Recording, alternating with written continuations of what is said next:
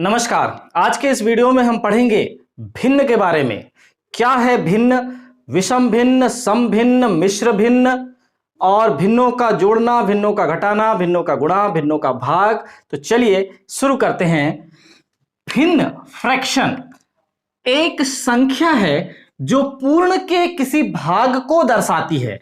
पूर्ण के किसी भाग को दर्शाती है। भिन्न दो पूर्ण संख्याओं का भागफल है। तो देख लेते हैं, जैसे कि एक हमारे पास ये सर्किल है और यदि मैं इसे इस तरह से चार भागों में बांट दे रहा हूं और एक भाग को छायांकित कर दे रहा हूं, तो इस पूर्ण के कितने भाग किया मैंने? चार भाग किया और चार में से एक छायांकित है तो यह भिन्न कहलाएगी 1/4।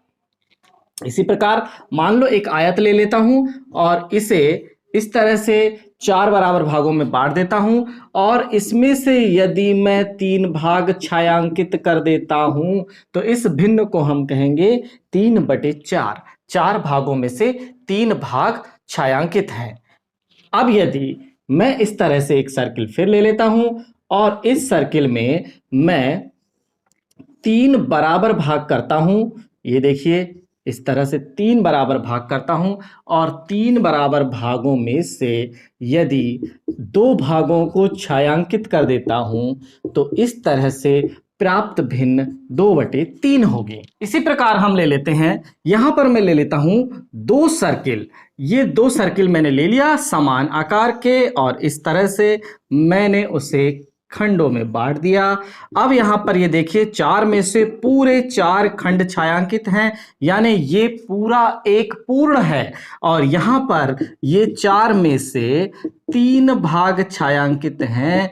तो हम इन दोनों को मिलाकर यह लिख सकते हैं कि यह भिन्न क्या है? एक पूर्ण है और दूसरे को देखिए 4 में से 3 भाग छायांकित है, तो इसे हम दर्शा सकते हैं 1 सही 3/4 से, या यूं कहो कि 4 एकम 4 और 3 7/4 से। 7/4 से इसका मतलब यह है कि भिन्न जो है एक से बड़ी भी हो सकती है। इस एक से बड़ी भिन्न को हम बोलते हैं विषम भिन्न। इस तरह से लिखी गई भिन्न को हम बोलते हैं मिश्र भिन्न। और ये जो हमने लिखा है 1/4, 3/4, 2/3, इस तरह के भिन्न को हम बोलते हैं सम भिन्न। अब ये कैसे? ऐसा भिन्न जिसमें अंश छोटा हो, ऐसा भिन्न जिसमें अंश छोटा हो सम भिन्न या उचित भिन्न कहलाता है।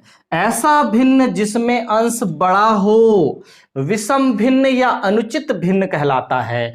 या ऐसा भिन्न जिसमें एक, देखिए, एक भाग पूर्ण का हो और दूसरा भाग सम भिन्न का हो। इस तरह से हम इसे लिख देंगे 2 सही 3/4 या 5 सही 2/3 या इस तरह से 7 सही 3/5। इस तरह से जो भिन्न होते हैं उन्हें बोलते हैं मिश्र भिन्न। चलिए अब हम पढ़ते हैं भिन्नों का योग। यदि हमारे पास 2 भिन्न हैं, जैसे कि हमने यहां पर पहला सर्किल ले लिया और इसमें छायांकित कर दिया 3 भागों को, इसी प्रकार बिल्कुल सेम हमने एक और सर्किल लिया और इसमें छायांकित है केवल एक भाग 4 भागों में से। तो इसे हम लिखेंगे 3/4, जबकि इसे हम लिखेंगे 1/4। तो इस 3/4 और 1/4 भाग को जब हम मिलाएंगे तो हम देख रहे हैं कि ये दोनों एक ही प्रकार के सर्किल हैं। और पहले वाले सर्किल में ये देखिए 3 भाग छायांकित है और दूसरे वाले सर्किल से ये देखिए एक छायांकित भाग हमने और मिला दिया। तो हमारे पास जो भाग प्राप्त हुआ कि वास्तव में 4 में से चारों भाग छायांकित हैं। इसका मतलब यदि हम अंश से हर को काट देंगे तो हमें क्या प्राप्त होगा? सबसे पहले प्राप्त होगा 4/4 और काटने के बाद प्राप्त होगा 1। एक पूर्ण इकाई हमें प्राप्त हो रही है। इसी प्रकार हम दूसरे भिन्नों को भी योग करना सीखते हैं। और उदाहरण ले लेते हैं, जैसे कि 3/5 में हम 1/5 को जोड़ेंगे तो देखिए दोनों के हर यहाँ पर समान है, तो दोनों के हर समान है तो हम यहाँ लिख देंगे 5 का 5 और अंश आपस में जुड़ जाएंगे। तो अंश में आपस में जुड़ जाएंगे तो 3 धन 1, और इसी के बराबर में हम लिख देंगे 3 और 1 मिलकर हो गया 4/5, अर्थात 3/5 और 1/5 को जोड़ने पर हमें प्राप्त होगा 4/5। इसी प्रकार 1/3 धन 2/3, तो देखिए दोनों के हर यहाँ पर भी समान है, समान हर होने के कारण हम 3 का 3 लिख देंगे और अंश आपस में जुड़ जाएंगे, 1 धन 2 आपस में जुड़ जाएंगे, तो क्या होगा 1 और 2 मिलकर हो गया 3, 3/3, अंश से हर को जब हमने काटा तो बचा 1। अब देखिए यहां पर हम लेते हैं 7/9 धन 1/9, तो 9 9 के बराबर है, हर दोनों के समान है, तो 9 और 9 का एलसीएम मिलकर आया 9, और अंश जुड़ जाएंगे, तो अंश कैसे जुड़ेंगे 7 धन 1 बराबर प्राप्त हुआ 8/9। ये हमारा तीसरा सवाल हो गया। इसी प्रकार हमारा अगला है 3/7 में हमें 5/7 को जोड़ना है, तो दोनों के हर यहाँ पर भी समान है, तो लिख दिया 7 का 7, और अंश में हो जाएगा 3 धन 5, तो 3 और 5 मिलकर हो जाएंगे 8/7। इसे हम 7 का भाग देकर मिश्र भिन्न में भी बदल सकते हैं, 7 1 कम 7 1 सही 1/7, इस तरह से भी बदला जा सकता है। अब हमारे पास है 8/13 धन 4/13, दोनों के हर में कितना है 13 है, तो 13 का लघुत्तम हो गया 13, और फिर हो गया 8 धन 4, 8 और 4 को जब हम जोड़ देंगे तो हमें प्राप्त होगा 12/13। इस तरह से हम सामान्य योग की प्रक्रिया को करते हैं। चलिए अब हम ले लेते हैं ऐसा सवाल जिसमें हर असमान है। ये देखिए यहां पर 3 हर है और यहाँ 4 हर है। हर असमान होने पर क्या होता है, तो हमें सभी प्रकार के हरों का मिलाकर एलसीएम लेना होता है। जैसे 3 और 4 का हम एलसीएम लेंगे, तो देखिए यहाँ पर 2 का दे देंगे भाग, तो 3 जैसे का वैसा, 2 दूनी 4, फिर 2 का दे दिया, तो फिर 3 जैसे का वैसा, 2 एकम 2, और फिर 3 का दे दिया, तो क्या प्राप्त हुआ 2 × 2 × 3। ये देखिए, तो 3 दूनी 6, दूनी 12, कितना प्राप्त हुआ एलसीएम 12 प्राप्त हुआ।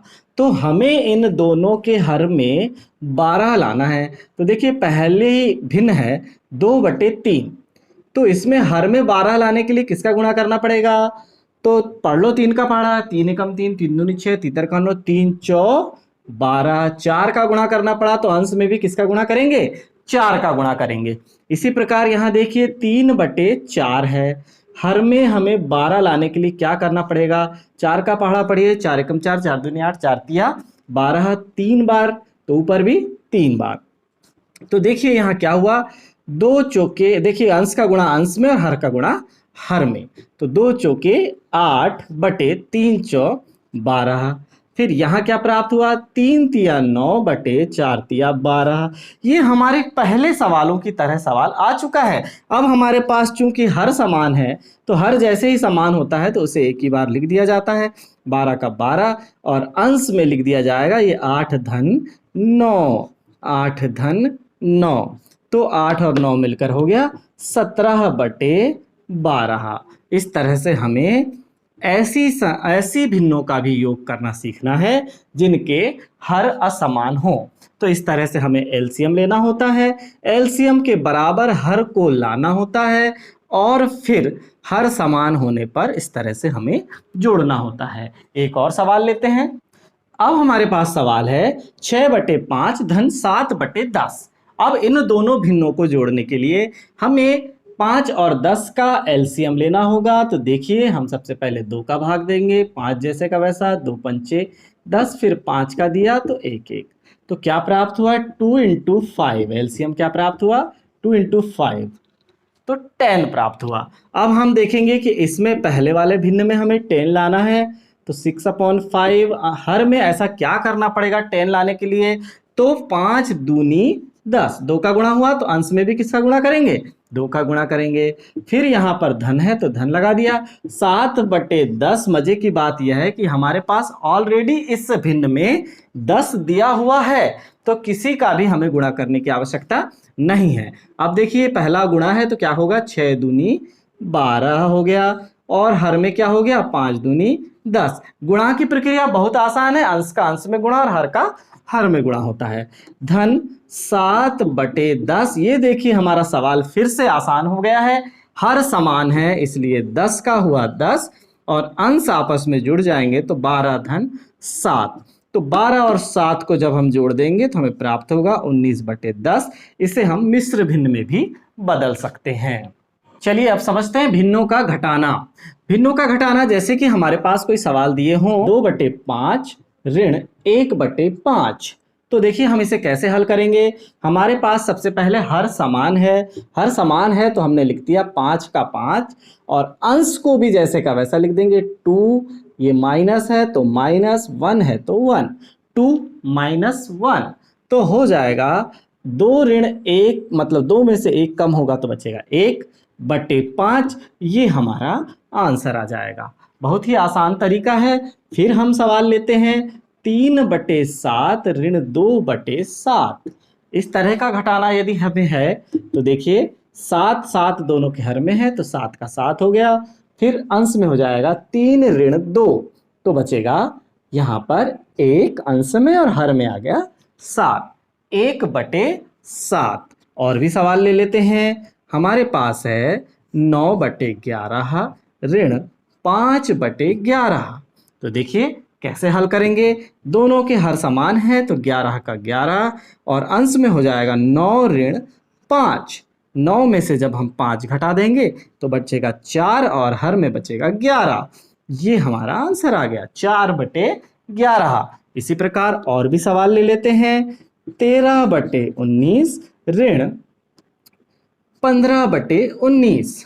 तो देखिए अब हमारे पास हर समान है तो 19 का हमने लिख दिया 19, अंश में लिख दिया 13 ऋण 15। अब हमारे पास देखना है हमें कि बड़ी संख्या के सामने ऋण का चिन्ह है, इसलिए बड़ी में से छोटी को हम घटा देंगे और उत्तर में हमें प्राप्त होगा ऋण।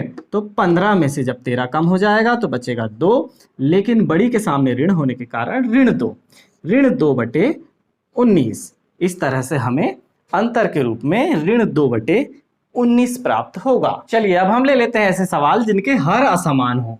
ये देखिए यहाँ पर हर में 3 और 2 है तो 2 और 3 का जब हम एलसीएम लेते हैं तो हमें क्या प्राप्त होता है, 2 × 6। तो 6 हमारा एलसीएम प्राप्त हो रहा है, इसलिए हम 4/3 में भी हर में 6 लाने का प्रयास करेंगे। ऋण 1/2 के हर में भी हमें 6 लाने का प्रयास करना है। ये देखिए 3 में हम ऐसी कौन सी संख्या का गुणा करेंगे कि हर में 6 आ जाए। तो ये देखिए 3 दूनी 6, हर में यदि 2 का गुणा किया है तो अंश में भी 2 का गुणा करना होगा। इसी प्रकार यहाँ 1/2 है, 3 का हम ऊपर नीचे गुणा कर देंगे तो 2 × 6 तो हर में 6 आ गया। केवल हर पर ध्यान देना है हमें, और जितने का गुणा हम हर में करते हैं उतने का ही गुणा हमें अंश में भी करना है। तो देखिए ऊपर का गुणा ऊपर, नीचे का गुणा नीचे, तो हमें प्राप्त हो जाएगा 4 × 2/3 × 2। आप ऐसा लिख सकते हैं एक बार, ऋण 1 × 3/2 × 3।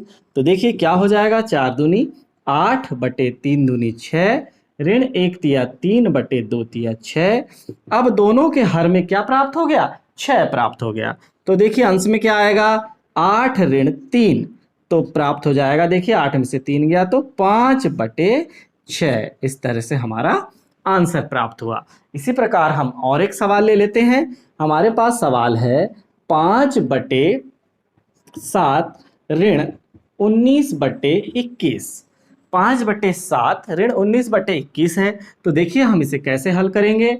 यहाँ पर देखिए 7 और 21 का जब हम एलसीएम लेंगे तो देखिए 3 का लिया तो 7 जैसे का वैसा, 3 × 7 = 21 और 7 × 1 = 7, तो 3 × 7 = 21 ही एलसीएम प्राप्त हुआ।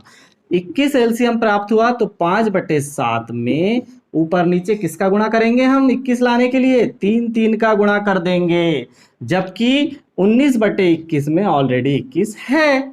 तो देखिए कितना प्राप्त हुआ, अंश का गुणा अंश में और हर का गुणा हर में कर देंगे तो 5 × 3 = 15 और 7 × 3 = 21, और दूसरी संख्या तो जैसी की वैसी रहेगी 19/21। अब चूंकि दोनों के हर समान है तो 21 का 21 लिख दिया और अंश को लिख दिया 15 ऋण 19।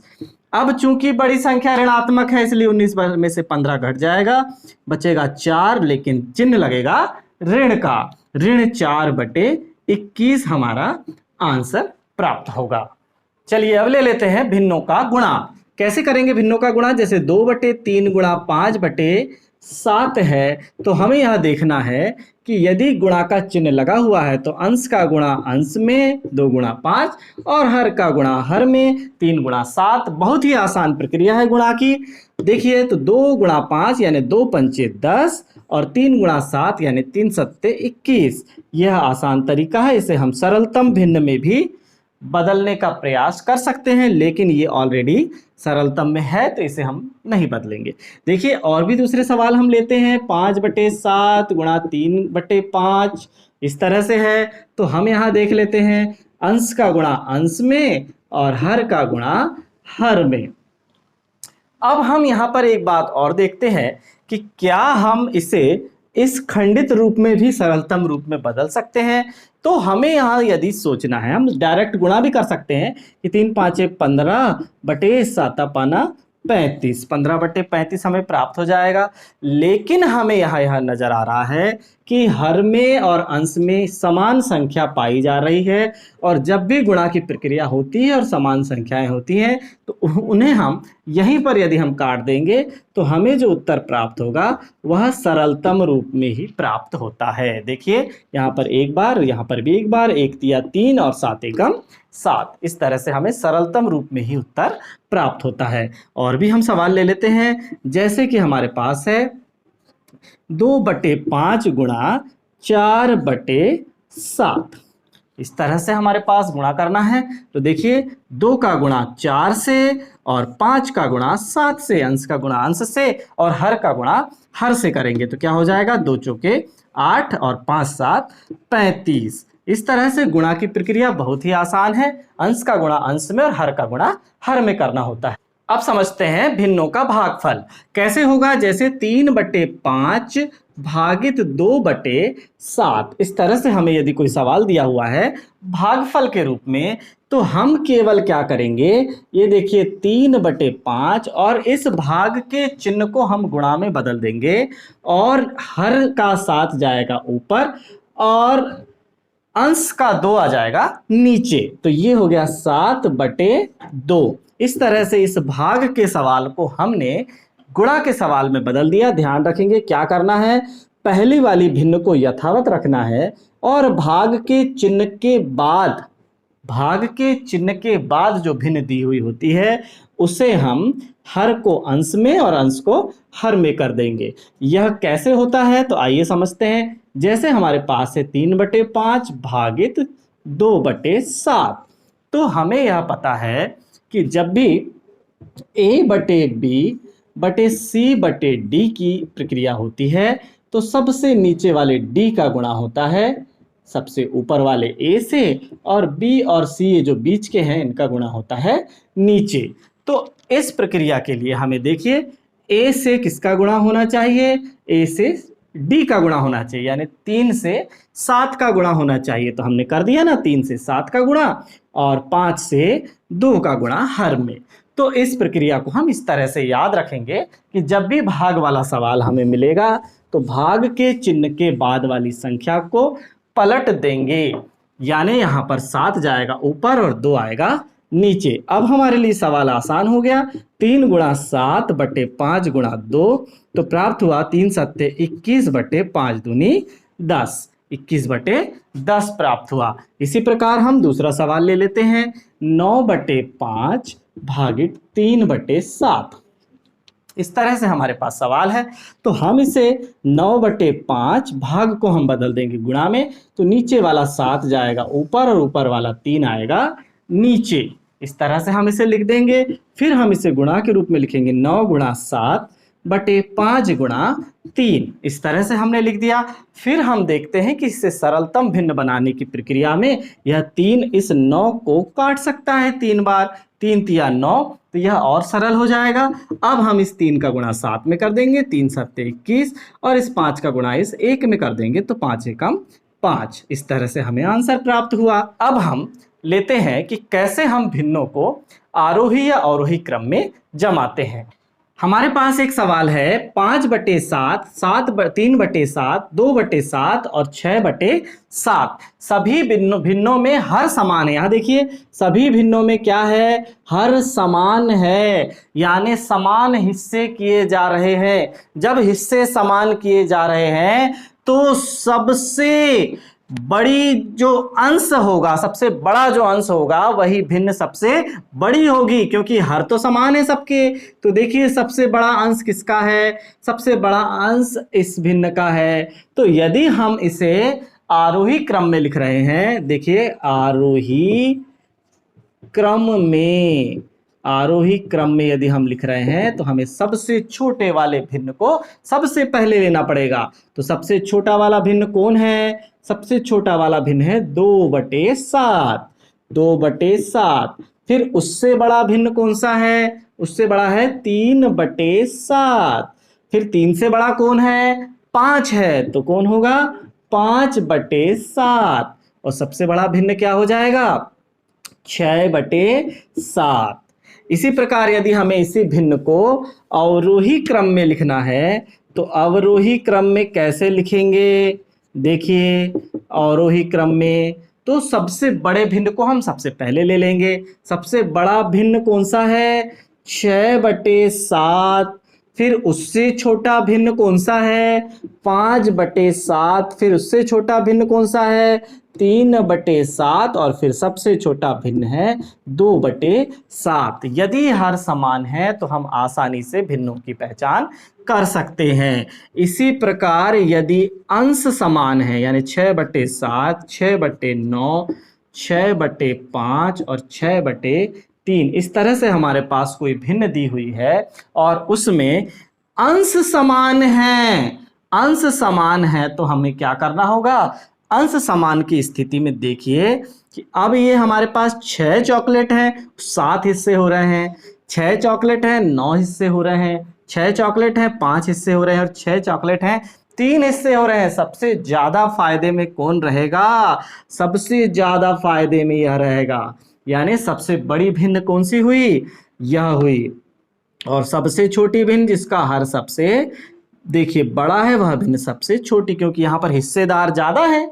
देखिए चॉकलेट तो सब जगह समान समान है, पर यहाँ हिस्सेदार ज्यादा है, यहाँ हिस्सेदार कम है। तो चलिए आरोही क्रम में हम लिखते हैं, आरोही क्रम में सबसे छोटी भिन्न को हम सबसे पहले लिख दें 6/9। इसके बाद उससे बड़ी भिन्न हो जाएगी 6/7, उससे बड़ी भिन्न हो जाएगी 6/5 और सबसे बड़ी भिन्न हो जाएगी 6/3। इसी प्रकार इसे ही हम लिख देंगे अवरोही क्रम में, अवरोही क्रम में। तो हम अवरोही क्रम में जब लिखेंगे तो 6/3, फिर उससे छोटी भिन्न कौन सी हो गई 6/5 और फिर उससे छोटी भिन्न कौन सी हो गई, देखिए 6/7 और फिर सबसे छोटी भिन्न हो गई 6/9। तो ध्यान रखें कि यदि हर समान है तो बड़े अंश वाली भिन्न बड़ी होती है, लेकिन यदि अंश समान है तो बड़े हर वाली भिन्न छोटी होती है। 3/4, 5/6, 11/12, 2/3। हम ये देख रहे हैं कि अंश के बाद जो हर है वो क्रमागत रूप से आया है, क्रमागत रूप से आया है अर्थात प्राकृत संख्या के क्रम से आया है। 3 4, 5 6, 11 12 और 2 3। जब भी ऐसी स्थिति आती है तो हम सबसे बड़े वाले भिन्न को ही सबसे बड़ा मानते हैं, सबसे बड़े आंकिक मान वाले भिन्न को ही सबसे बड़ा माना जाता है। तो देखिए आरोही क्रम में जब हम इसे जमाएंगे तो क्या होगा, सबसे छोटे आंकिक मान वाला सबसे पहले आ जाएगा 2/3 और इससे बड़ा है 3/4, उससे बड़ा है 5/6, सबसे बड़ा है 11/12। ध्यान रहे यदि अंश से हर क्रमागत रूप से बढ़ रहा है तो बड़े आंकिक मान वाली भिन्न ही बड़ी होती है, छोटे आंकिक मान वाली भिन्न ही छोटी होती है। इसे ही हम यदि अवरोही क्रम में लिखेंगे तो कैसे लिखेंगे, अवरोही क्रम में 11/12, फिर उससे छोटी 5/6 और फिर उससे छोटी 3/4 और सबसे छोटी 2/3। इस तरह से हम आगे और सवाल लेते हैं। अब हमारे पास है भिन्न 3/2, 3/4, 5/6 और 3/8। तो हमें सबसे पहले यह देख लेना है कि इनके हर समान हैं या नहीं। यदि इन सबके हर समान नहीं है तो हम इनके हर समान कर लें। तो 2, 4, 6 और 8 का हम हर समान करने के लिए इन चारों हरों का एलसीएम ले लेंगे। क्या हो जाएगा? 2 का दिया, 2 एकम, 2 दूनी, 2 तिया, 2 चौके, फिर 2 का दिया, फिर 2 एकम, फिर 2 दूनी, फिर 2 का दिया। तो देखिए क्या हो गया, फिर 3 का दिया। इस तरह से 3 दूनी 6 दूनी 12 दूनी 24 प्राप्त हुआ एलसीएम। तो ये तरीका है कि हम एलसीएम से सबके मान निकाल लेंगे। जैसे 3/2 को 24 लाने, हर में 24 लाने के लिए नीचे 12 का गुणा कर देंगे नीचे ऊपर, तो हो गया 36/24। ये हमारी पहली संख्या प्राप्त हो गई। दूसरी संख्या है 3/4, हर में 24 लाने के लिए 6 का गुणा कर देंगे, तो क्या हुआ 18/24। ये हमारी दूसरी संख्या हो गई। फिर तीसरा है हमारा 5/6, हर में 24 लाने के लिए 6 चौके 24, 4 का गुणा कर दिया, तो ऊपर आया 5 चौके 20/24। ये हमारा तीसरा मान आ गया। और चौथा मान है 3/8। तो 3 का गुणा ऊपर नीचे कर दिया, तो ऊपर हुआ 3 तिया 9 और नीचे आया 8 त्रे 24। इस तरह से ये चारों मान हमें प्राप्त हो गए। चारों के हर समान हैं, अर्थात बड़े अंश वाली संख्या ही बड़ी होगी। तो देखिए कौन सी भिन्न बड़ी हो जाएगी? सबसे बड़ी भिन्न। तो हम क्या लेंगे? सबसे पहले आरोही क्रम में यानी बढ़ते क्रम में जब लेंगे तो सबसे छोटी भिन्न कौन सी है? 9/24। 9/24। फिर उससे बड़ी कौन सी है? उससे बड़ी भिन्न है 18/24। फिर उससे बड़ी भिन्न है 20/24 और सबसे बड़ी भिन्न है 36/24। तो इसे हम वास्तविक रूप में जब लिखेंगे तो 9/24 का वास्तविक मान क्या है? 3/8। 18/24 का वास्तविक मान है 3/4। 20/24 का वास्तविक मान है 5/6 और 36/24 का वास्तविक मान है 3/2। इस तरह से यह आरोही क्रम में हुआ। अवरोही क्रम में जब हम इसे जमाएंगे तो देखिए अवरोही क्रम में क्या होगा? सबसे बड़ी वाली भिन्न सबसे पहले 3/2, फिर उससे छोटी 5/6, उससे छोटी 3/4 और सबसे छोटी 3/8। जो भिन्न बड़ी होती है उसके तरफ मुंह खुला होता है। जैसे ये बड़ी है तो इसके तरफ ये देखिए ये खुला है निशान। तो चलिए आज की क्लास हम यहीं समाप्त करते हैं। धन्यवाद।